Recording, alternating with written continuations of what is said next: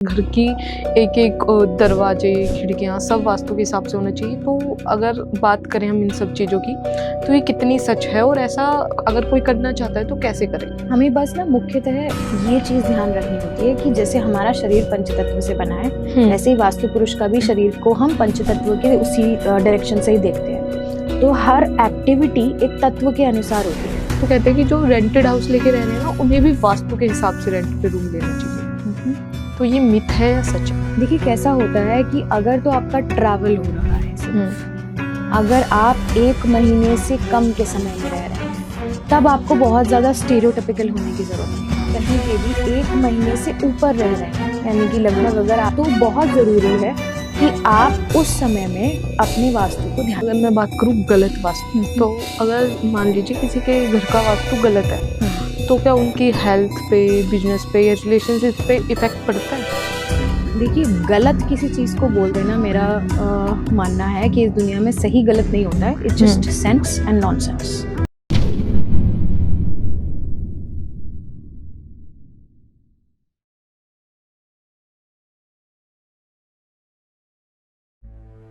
जिंदगी के कुछ सवाल जो हम किसी से कह नहीं पाते, चाहे वो प्यार हो जो समझ नहीं आता, करियर जो रुक सा गया हो, हेल्थ हो जो मन को थका दे, या बिजनेस जो डायरेक्शन मांगता हो।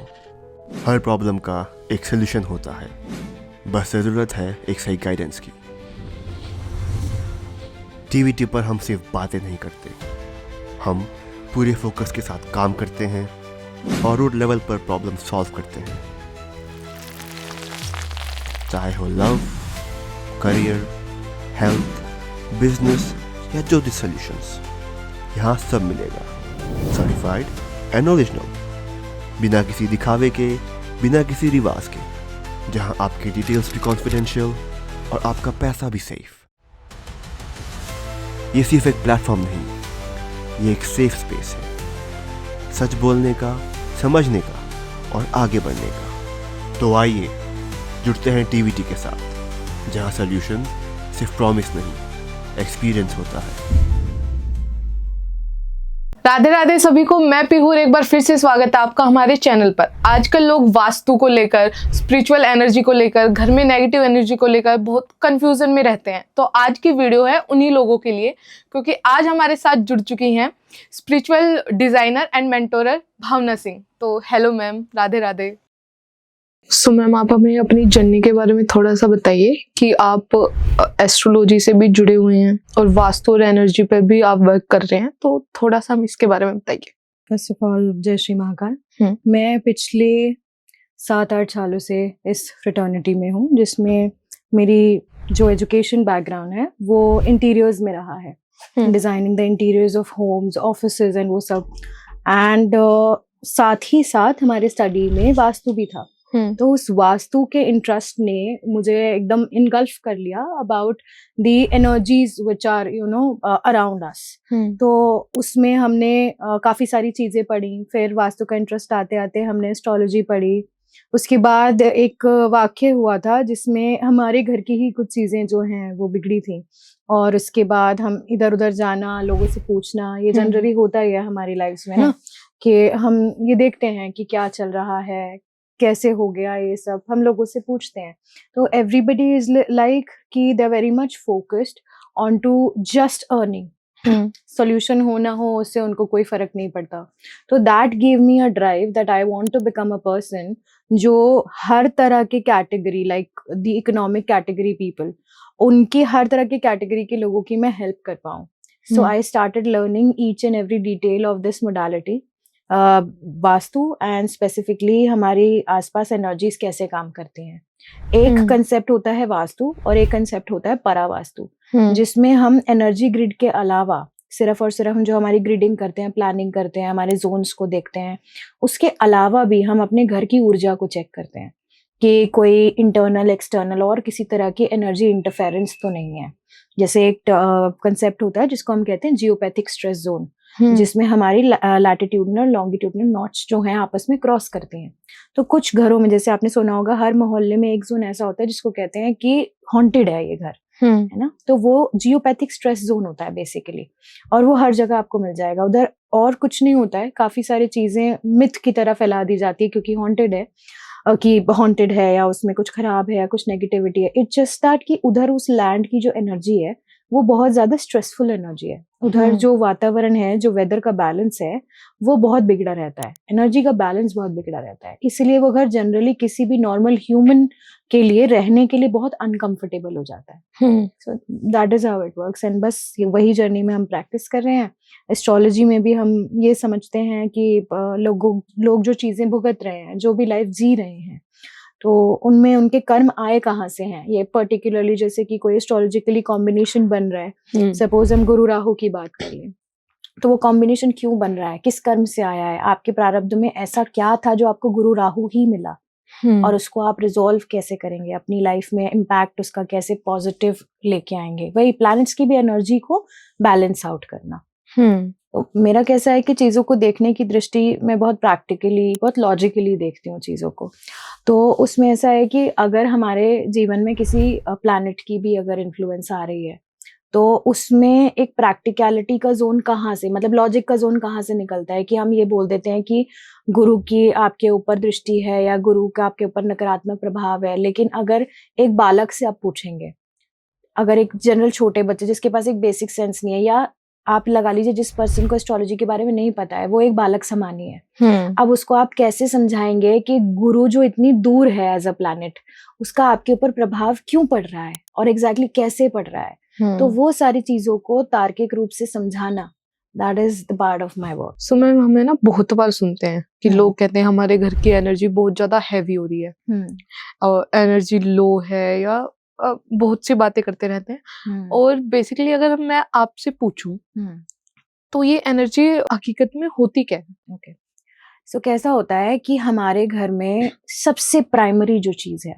जैसे हमारी बॉडी में है ना ऑक्सीजन और कार्बन डाइऑक्साइड, इसी को हम प्राणवायु और अपान वायु कहते हैं।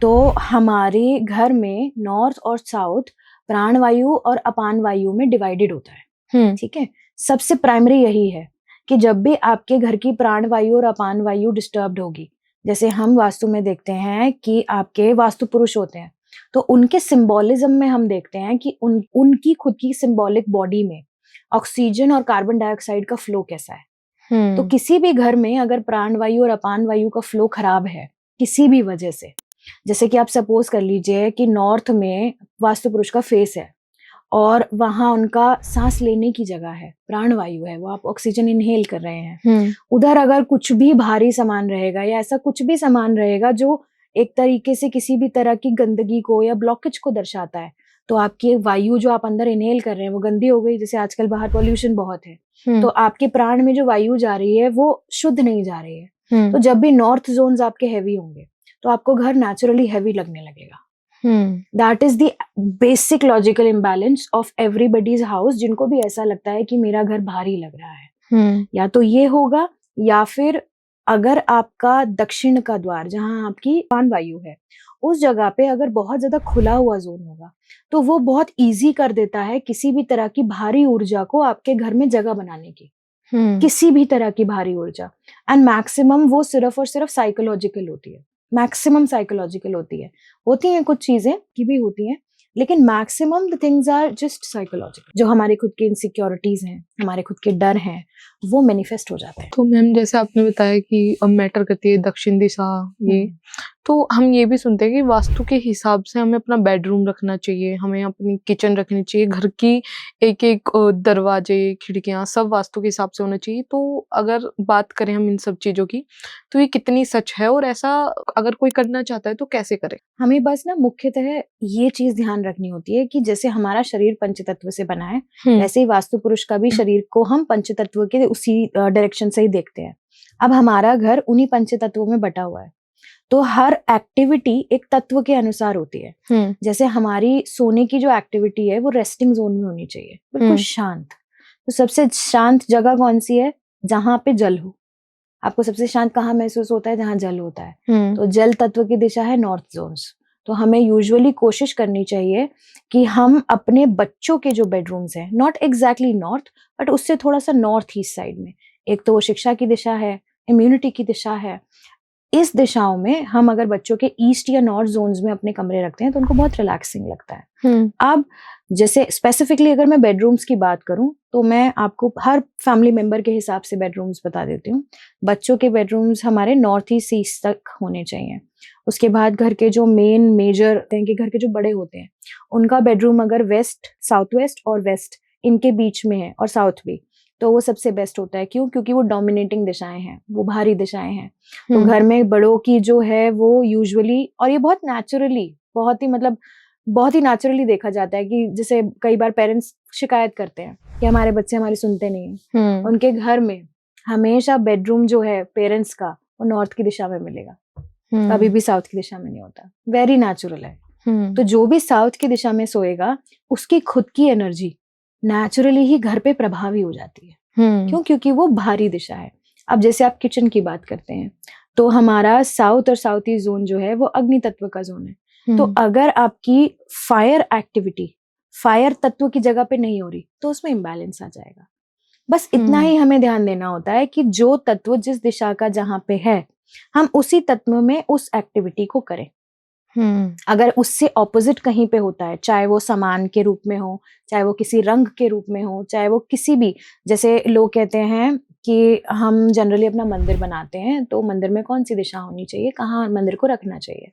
हमेशा हमें सिर्फ एक चीज ध्यान रखनी है मेजर, कि जब भी आप पूजा कर रहे हो तो आपकी जो पूजा करने के लिए आपका जो चेहरा है वो का उत्तर से लेके पूर्वमुखी होना चाहिए, उत्तर से पूर्व के बीच में होना चाहिए। मंदिर आपका कहीं भी रखा हो, प्राइमरी ये है। क्योंकि कई बार कैसा होता है, हमारी डेमोग्राफी ऐसी है कि बहुत लोग बहुत छोटे छोटे घरों में भी रहते हैं, तो वहां वो वास्तु कैसे मेंटेन करेंगे, है ना? सही बात है। तो आपको सिर्फ और सिर्फ इतनी सी चीज ध्यान रखनी होती है कि आप जब पूजा कर रहे हैं आपका चेहरा जो है पूर्व में रहे, सिर्फ ईस्ट में। बस इतना ध्यान रखना है आपको। बाकी सारी की सारी चीजें जैसे जैसे घर के साइजेस बड़े होते हैं उसके हिसाब से बैलेंस कर ली जाती है। और मैम वास्तु को लेकर हम ये मिथ लगा लो या सच लगा लो कि जो लोग रेंटेड हाउस में रहते हैं, जैसे ऑफिस के रिगार्डिंग भी रहते हैं, काफी लोग गवर्नमेंट जॉब्स में रहते हैं, तो कहते हैं कि जो रेंटेड हाउस लेके रह रहे हैं ना उन्हें भी वास्तु के हिसाब से रेंट पे रूम लेना चाहिए।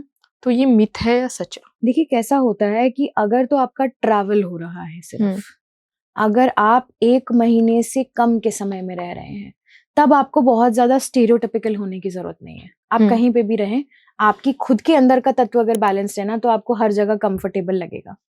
लेकिन उसी जगह पे अगर आप कहीं पे भी 1 महीने से ऊपर रह रहे हैं, यानी कि लगभग अगर आपका टाइम 6 महीने तक, 6 महीने से ऊपर एक्सपैंड हो रहा है, तो बहुत जरूरी है कि आप उस समय में अपने वास्तु को ध्यान में रखें कि आपको कहाँ सोना है, कहाँ आपका सर होना चाहिए, कहाँ के खाने का सामान होना चाहिए, ये सारी की सारी चीजें तब हमें सोचनी चाहिए। क्योंकि कई बार कैसे हो जाता है कि जरा से तत्व इधर से उधर होने पे, जैसे हमारे में कहते हैं कि this is a universal fact in fact, कि आपकी जो अंदर की दुनिया है, आपकी बाहर की दुनिया उसी की रिफ्लेक्शन है। जैसे कहते हैं ना कि जगत मिथ्या है, उसका असल मतलब सिर्फ इतना सा है कि अंदर से आप जैसा भी महसूस कर रहे हैं ना, आपको बाहर दुनिया वैसी ही लगेगी। आप अंदर से दुखी हैं, बीमार हैं, आपको बाहर दुनिया में सब खराब लगेगा, सब लोग खराब लगेंगे। अगर आप अंदर से सुखी हैं, अंदर से खुश हैं, आपको बाहर भी वो अच्छा लगेगा। तो इट इज सिमिलर कि अगर आपका अंदर का तत्व खराब है तो आप कितना ही वास्तु ठीक कर लो, कुछ भी कर लो, वो ठीक नहीं होने वाला। ऐसा होता है कि बाहर के एनवायरनमेंट से हम उसको थोड़ा सपोर्ट दे देते हैं तो हमारे अंदर की ऊर्जा अपने आप बैलेंस होने लगती है। वही अगर आप किसी भी घर में रहने पे देखें तो वही सेम एनर्जी होती है कि तत्व को अपने अंदर से या बाहर से कैसे भी आप बैलेंस करें। जैसे लोग जो स्पिरिचुअल पाथ पे होते हैं वो लोग क्या करते हैं कि साधना मार्ग में लग के या फिर जप से या किसी भी अन्य तरीके से, एनर्जी हीलिंग भी जिसको हम कह देते हैं, वो अपने अंदर के तत्वों को बैलेंस करते हैं। तब वो कहीं पे भी जाएं तो उनके लिए वो जगह स्थिर है। तो या तो आप अंदर काम कर लीजिए या आप बाहर काम कर लीजिए। तो मैम अगर मैं बात करूँ गलत वास्तु की, तो अगर मान लीजिए किसी के घर का वास्तु गलत है, तो क्या उनकी हेल्थ पे, बिजनेस पे या रिलेशनशिप पे इफेक्ट पड़ता है?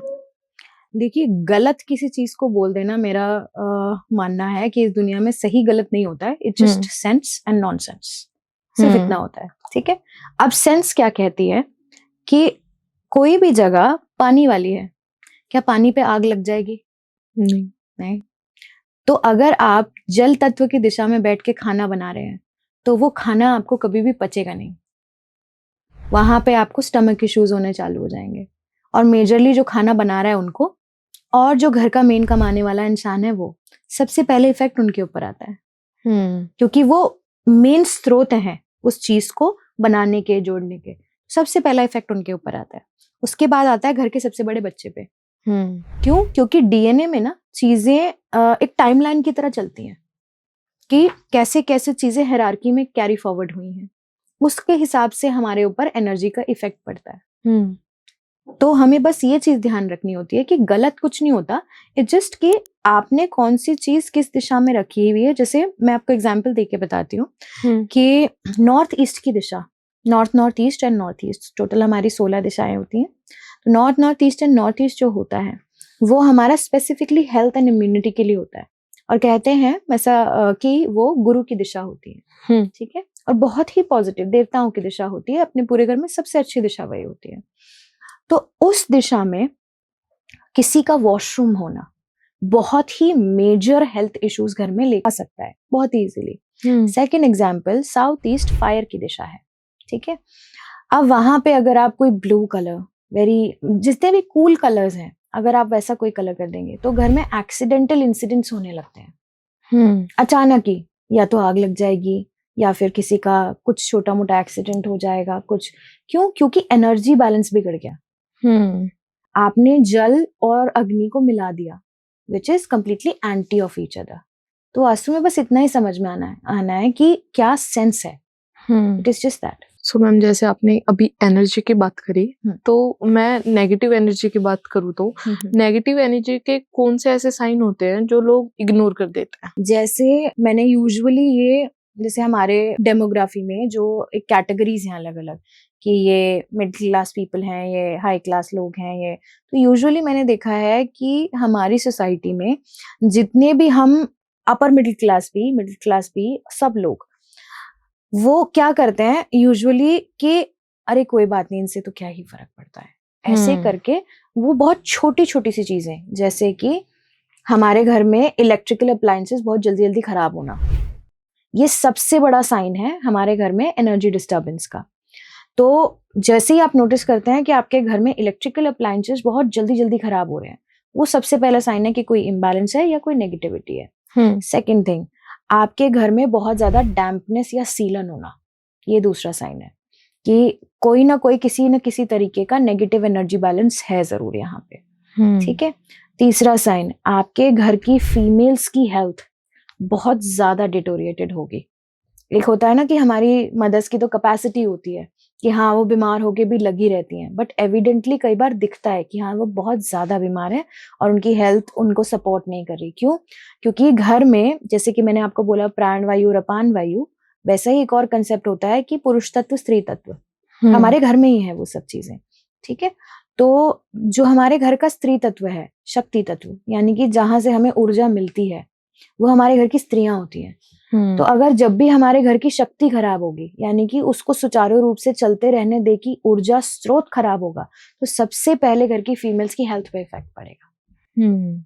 तो वहां से ये 3 मेजर साइंस हैं कि आपके घर की फीमेल्स सुखी नहीं रहती हैं और बीमार रहती हैं। दूसरा, आपके घर में डैम्पनेस हमेशा मिल रही है, सीलन मिल रही है, ठीक है। तीसरा साइन है कि आपके घर के इलेक्ट्रिकल जो भी सामान है, स्विच बोर्ड, पंखा, कुछ भी हो सकता है, कुछ भी, वो बहुत जल्दी जल्दी खराब होगा। जैसे बल्ब है, वो ऐसे फ्लिकर करता रह रहा है, that is a biggest sign कि एनर्जी इम्बैलेंस है वहां पे। तो मैम, अगर मैं बात करूं इन दोनों में डिफरेंस की, वास्तु और एनर्जी में, तो इनका डिफरेंस क्या है?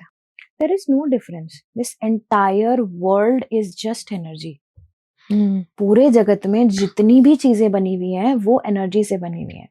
जैसे हम साइंस में कंसेप्ट पढ़ते हैं कि हमारे प्रोटॉन्स और न्यूट्रॉन्स होते हैं, ठीक है। तो जितनी भी चीजें जो बनी हुई हैं वो एक उन्हीं प्रोटॉन्स और न्यूट्रॉन्स का, बेसिकली एटम्स का कॉम्पोजिट स्ट्रक्चर है, ठीक है। बस वो एक पर्टिकुलर फ्रीक्वेंसी में है। जैसे हम रेडियो चलाते हैं तो हर फ्रीक्वेंसी पे बदल के गाना बदल जाता है ना, चैनल बदल जाता है। वैसे ही हमें अलग अलग चीजें अलग अलग स्ट्रक्चर्स में इसलिए दिखती हैं क्योंकि वो एक पर्टिकुलर फ्रीक्वेंसी पे सेट है। अगर आप उसकी फ्रीक्वेंसी तोड़ने की कोशिश करेंगे तो उसका ढांचा बदल जाएगा, उसका कॉम्पोजिट स्ट्रक्चर बदल जाएगा। ऐसे ही जितनी भी जगत में चीजें हैं वो सब एनर्जी है और वो एक पर्टिकुलर फ्रीक्वेंसी में सेट है। अगर वो हमें अच्छी लगती हैं, मतलब हमारे मन को या कह लें कि हमें एक अच्छा भाव देती हैं, उनको देख के हमें अच्छा महसूस होता है, तो मतलब उस वो एक हायर फ्रीक्वेंसी पे है। और कोई चीज जो है जो हमें अच्छा भाव नहीं महसूस हो रहा उस चीज को देख के, मतलब वो एक लोअर फ्रीक्वेंसी पे है। That is how human body and mind responds. तो मैम अगर मैं बात करूँ कि आजकल लोग जब घर बनवा लेते हैं, मान लो उन्होंने बिना वास्तु के बनवा लिया, पर अब वो चाहते हैं अपने घर को प्रॉपर तरीके से मेंटेन करना, पर तोड़ फोड़ के तो दोबारा तो बनवा नहीं सकते, तो उनके लिए कोई रेमेडीज वगैरह हैं कि वो ये करें तो कंटिन्यू चल सकता है? देखिए, मैं मेजर 2-3 रेमेडीज हैं जो मैं बता सकती हूँ, जो सब करें तो उनको तोड़-फोड़ करने की भी ज़रूरत नहीं पड़ेगी, कभी कुछ करने की ज़रूरत नहीं पड़ेगी। एक, आप अलग-अलग दिशाओं के अलग-अलग मेटल्स होते हैं, ठीक है? जैसे कि साउथ का कॉपर होता है, वेस्ट का ब्रास होता है, नॉर्थ ज़ोन्स में हम लोग या तो सिल्वर या एल्यूमीनियम ये मेटल्स यूज़ कर लेते हैं। तो अलग-अलग मेटल्स से बने हुए स्वास्तिक आते हैं, ठीक है? वो अलग-अलग मेटल से बने हुए स्वास्तिक्स को अगर हम प्लेस कर देंगे कहीं पे भी, एक दीवार पे या किसी कोने में, तो घर में एक एनर्जी बैलेंस अपने आप क्रिएट होता है। दूसरा, आपको रेगुलर आदत ये होनी चाहिए कि एक तो संध्या की और एक आपके घर की चौखट के बाहर सबको हमेशा संध्या के समय ही स्पेसिफिकली दीपक जरूर लगाना चाहिए। मैं संध्या के समय ही स्पेसिफिकली क्यों कह रही हूँ, क्योंकि संध्या के समय कार्बन डाइऑक्साइड की जो वैल्यू होती है वो बढ़ जाती है।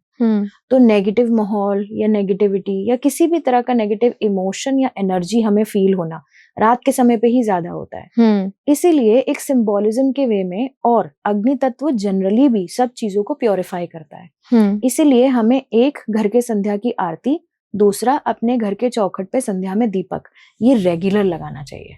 इससे हमारे घर में नेचुरली ही एनर्जी में बैलेंस रहता है। तो मैम जैसे हम ये भी सुनते हैं वास्तु वगैरह से पूछ के, काफी लोग जैसे हाथों में वो पहनते हैं स्टोन वगैरह, उनका भी हम सुनते हैं, तो क्या उनसे भी सच में लाइफ बैलेंस होती है?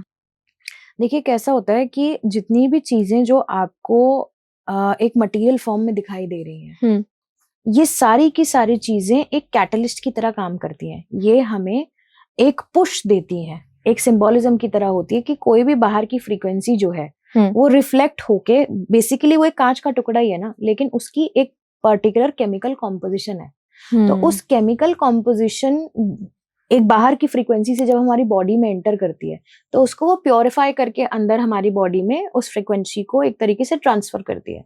तो वो हेल्प करता है, डेफिनेटली करता है। जब आप अंदरूनी चीजों से नहीं कर पा रहे हैं, आप खुद अपनी किसी मेंटल प्रैक्टिस से या स्पिरिचुअल प्रैक्टिस से उसको नहीं कर पा रहे हैं, तब आप उस स्टोन का या किसी भी क्रिस्टल का आप सहारा ले सकते हैं। Definitely it helps a lot. Only when you are not that mentally strong, तब आप उन चीजों का ले सकते हैं, और लेते भी हैं लोग सहारा, और मेरे हिसाब से लेना भी चाहिए, बहुत अच्छे होते हैं, डेफिनेटली बहुत पॉजिटिव होते हैं। तो मैम जैसे आपके पास कभी कोई आया हो अपनी प्रॉब्लम्स लेके वास्तु के रिगार्डिंग, और उसने बताया कि वास्तु वगैरह ऐसे है, और उसकी लाइफ चेंज हो गई हो, मतलब इफेक्ट हुआ हो, जो आपको भी लगा हो कि हाँ ये थोड़ा क्रिटिकल था पर हो गया? कैसा होता है, कई बार लोगों को ऐसा लगता है कि हमारे घर में कुछ नेगेटिविटी है, हमें बार बार कुछ चीजें महसूस होती हैं, अजीबोगरीब चीजें लगती हैं, डर लगता है, भय लगता है। तो कैसा था कि एक बारी एक इंसान के घर में उन्होंने एक शिकायत की कि हमारे घर में एक बूढ़ा व्यक्ति दिखता है बार बार, और वो हमें डराता है, वो हमें परेशान करता है। तो उन्होंने बोला कि हमें ऐसा लगता है कि हमारे घर में किसी ने कुछ तो तंत्र किया है या कुछ तो गड़बड़ है, ठीक है। अब अल्टीमेटली क्या था कि पहले तो उनके घर की एनर्जी जब हम चेक करने गए थे, तो हमको खुद उनका एनर्जी बैलेंस बहुत बिगड़ा हुआ लगा, बहुत कोल्ड, बहुत ज्यादा कोल्ड, कि ऐसे कि आप भरी गर्मी में भी जा रहे हैं, जहां बाहर आपका 35 डिग्री टेम्परेचर है, आप अंदर जाएंगे तो आपको ऐसा लगेगा कि हम बहुत ही ठंडी जगह में आ गए हैं, ठीक है। तो जब हमने सबसे पहले चेक किया तो उनके घर का यही लगा कि उनके घर की जो अपान वायु है वो बिगड़ी हुई है। अब कैसे बिगड़ी हुई है वो पकड़ में किसी के भी ना आए। हमने उनकी ग्रिडिंग करके देख ली, उनका घर पूरी तरीके से वास्तु परफेक्ट, उनके घर में कोई भी वास्तु की समस्या नहीं, कहीं कोई दिक्कत नहीं। एक बहुत ही 2 विजिट्स के बाद एक बहुत ही छोटा सा पॉइंट निकला था।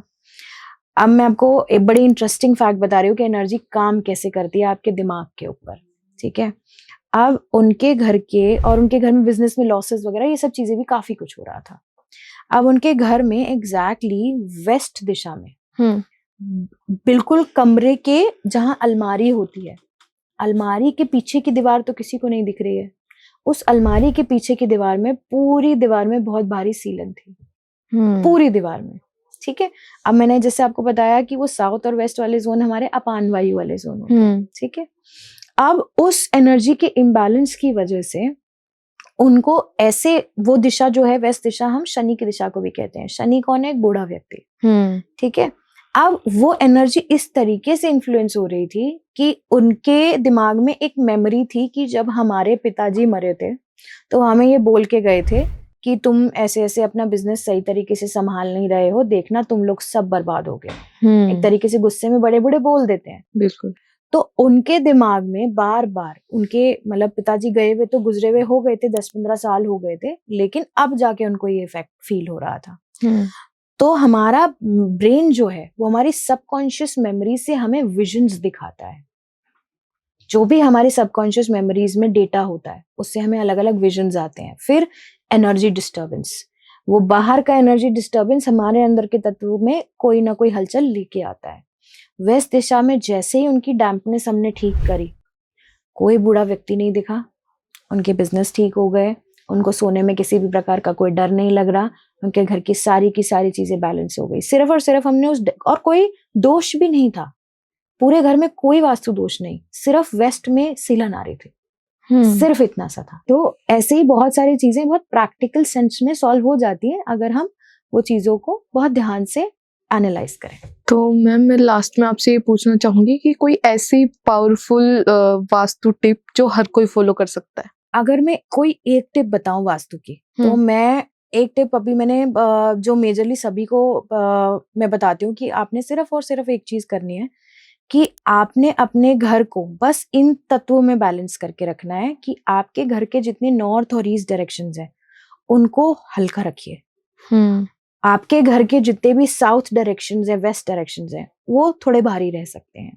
इस तरीके से आप उन चीजों को बैलेंस करके रखेंगे तो एक बहुत ही अच्छा इम्पैक्ट आपको अपने घर में देखने को मिलेगा। साथ में अगर आपको चाहिए कि आपकी कमाई और आपकी चीजें बहुत ज्यादा सेविंग हो, जैसे लोगों की अक्सर शिकायत होती है कि हमारे पैसे बहुत ज्यादा खर्च होते हैं और पैसे बच नहीं पाते हैं, आता तो है लेकिन निकल जाता है, तो आपको सिर्फ और सिर्फ अपने घर की नॉर्थ डायरेक्शन में अगर आप एक कच्चा मिट्टी का घड़ा जो है वो बारिश के पानी से भर के रख लेंगे, या फिर किसी भी तरह से गंगा जल से भी अगर आप रख लेते हैं, या तो नदी का पानी या बारिश का पानी, उससे अगर आप उस घड़ को भर के रख ले, उसमें चांदी के सिक्के और कुछ कौड़ियां आप डाल के बस ढक के रख दीजिए, आपके घर में नेचुरली जो पैसा है उसका फ्लो भी अच्छा होगा और पैसे सेव भी होते रहेंगे। This is a very effective remedy, ये बहुत अच्छे से काम करती है लोगों के साथ। बहुत बहुत धन्यवाद मैम, आपने अपना कीमती समय हमें दिया। Thank you so much. So thank you everyone for watching our podcast, and if you want to reach out तो हमारे details जो हैं वो screen पे आपको flash हो जाएंगे, and if you want you can connect with me। जय श्री महाकाल।